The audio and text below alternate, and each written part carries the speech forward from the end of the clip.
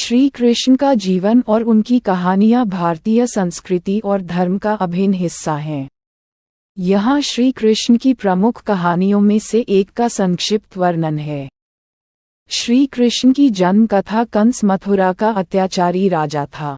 उसने आकाशवाणी सुनी कि उसकी बहन देवकी का 8वां पुत्र उसका वध करेगा। इससे भयभीत होकर कंस ने अपनी बहन देवकी और उसके पति वसुदेव को कारागार में डाल दिया। उसने देवकी के प्रत्येक पुत्र को जन्म लेते ही मार डाला। जब देवकी का 8वां पुत्र श्री कृष्ण का जन्म हुआ तो कारागार के द्वार स्वतः ही खुल गए और सभी प्रहरी सो गए। वसुदेव ने नवजात कृष्ण को गोकुल ले जाकर यशोदा और नंद के घर छोड़ा और वहां से उनकी नवजात कन्या को ले आए।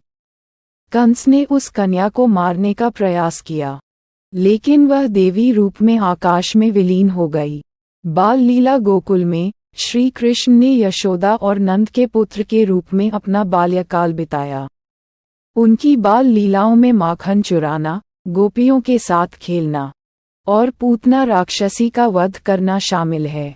श्री कृष्ण की बाल लीलाओं ने सभी को आकर्षित किया और उन्हें माखन चोर के नाम से प्रसिद्ध किया।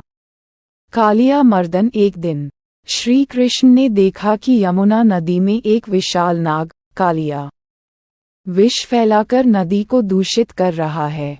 कृष्ण ने नदी में छलांग लगाई और कालिया नाग से युद्ध किया। अंततः उन्होंने कालिया नाग को पराजित किया और उसे नदी छोड़ने पर मजबूर किया। इससे यमुना नदी फिर से स्वच्छ हो गई और गोकुलवासियों ने राहत की सांस ली। गोवर्धन पर्वत उठाना। इंद्रदेव ने गोकुलवासियों से नाराज होकर मूसलधार वर्षा शुरू कर दी। गोकुलवासियों को बचाने के लिए श्री कृष्ण ने अपनी छोटी अंगुली पर गोवर्धन पर्वत को उठाया और सभी को उसके नीचे आश्रय दिया। ये घटना श्री कृष्ण की दिव्यता और उनके लोक रक्षक स्वरूप का परिचायक है। महाभारत और गीता उपदेश। कृष्ण ने कुरुक्षेत्र के युद्ध में अर्जुन के सारथी के रूप में महाभारत में महत्वपूर्ण भूमिका निभाई। युद्ध के पहले अर्जुन को मोह और धर्म संकट में देखकर श्री कृष्ण ने उसे गीता का उपदेश दिया।